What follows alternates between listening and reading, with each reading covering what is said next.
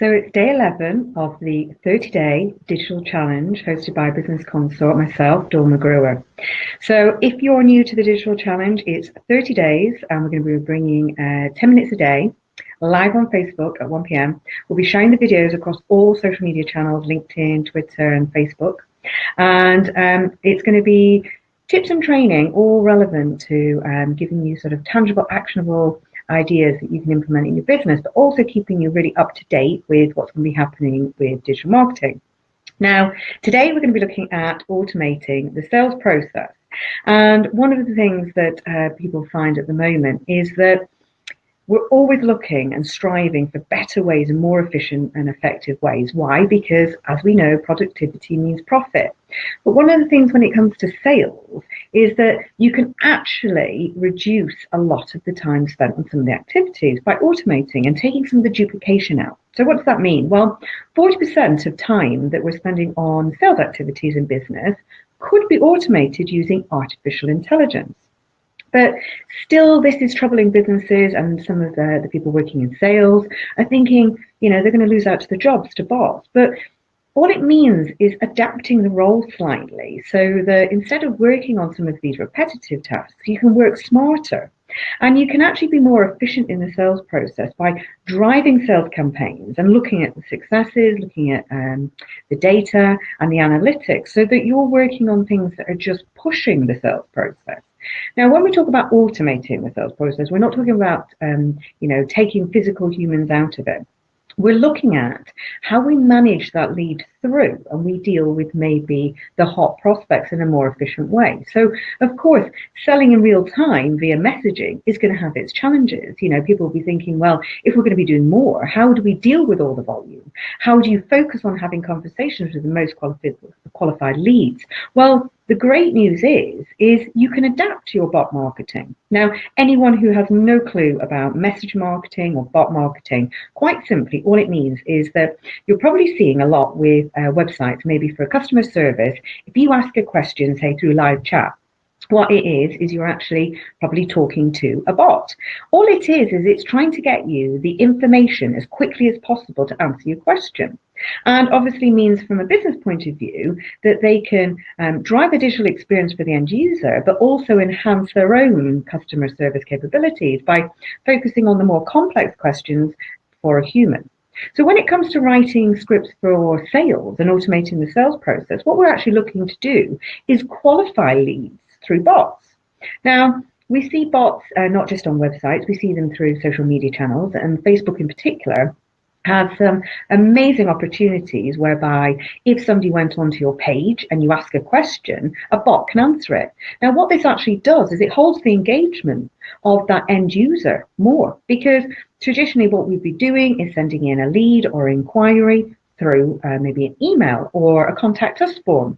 But if that person has having their question or query dealt with immediately, they're engaged, and that bot can keep presenting quality information that helps persuade a prospective customer through that process. So when we look at the sales process for bot marketing, think about using them for the what, the who, the how, and then driving them towards a call to action.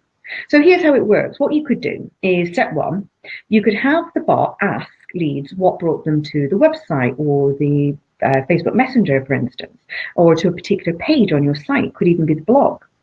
Step two, you could have your bot ask the lead who they are. What company do they work for? Fact find.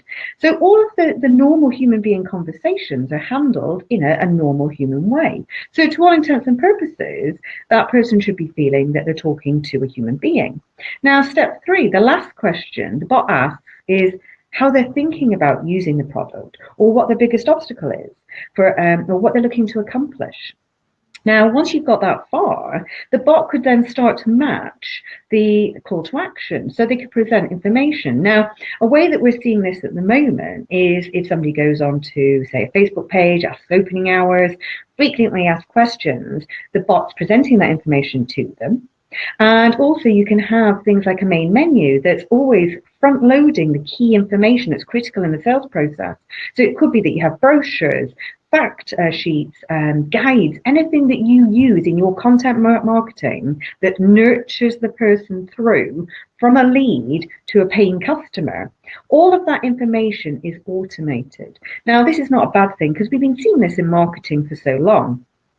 You can automate through other channels. Now, you're probably less familiar with messaging maybe on social media, but we've probably seen it on websites and so on. But one of the things that we're using a lot is funnels.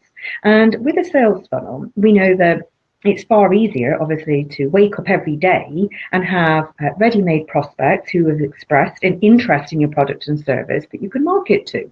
And we've seen things whereby on a website you can offer lead magnets like a downloadable guide, interactive quizzes, and so on, to capture that person's attention, so that obviously 97% of the time people are browsing on your site. You don't want to be paying for all of that traffic for them to leave.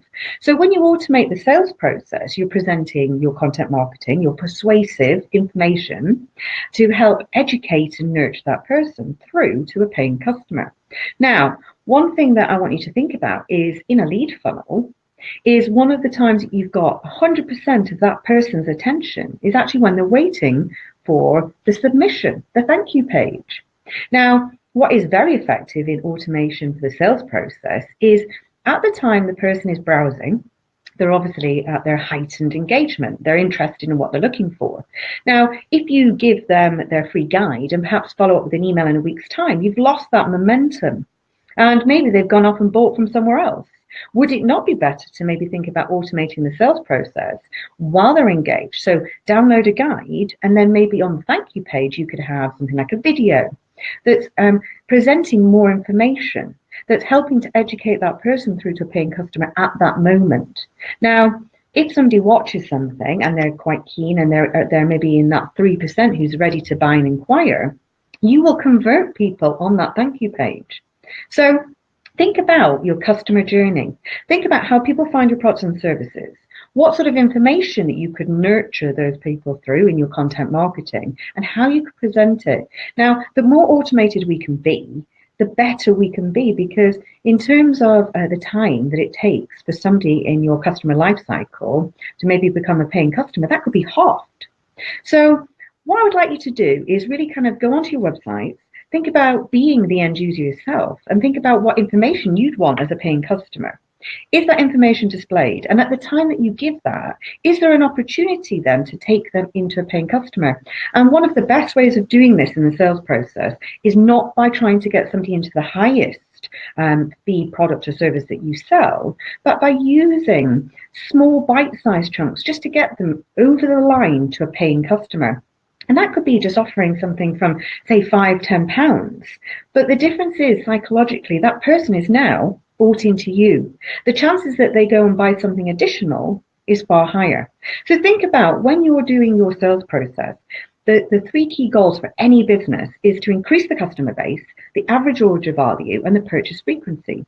Think about maybe doing a campaign for your current customers and how you could automate that. Now, we already probably automate things in our business without knowing, things like customer satisfaction surveys. That's a great opportunity to get somebody back involved in the business just by asking not how that product service was, but would they buy from you in the future? And is there any current obstacle that they have that they would need your product or service for?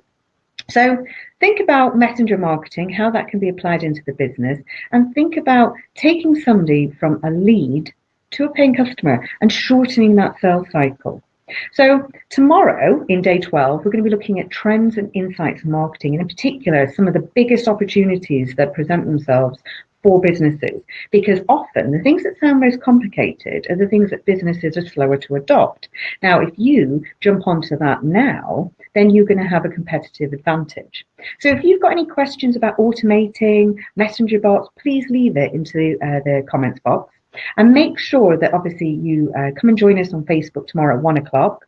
To get access for all 30 days videos, all you've got to do is like our page, Business Consort on Facebook, and join the group. You may be watching this on Facebook, Twitter, and LinkedIn, so help us on our 30-day challenge and share it on your channel. So if you can share it to as many people as you can and help others develop their digital skills.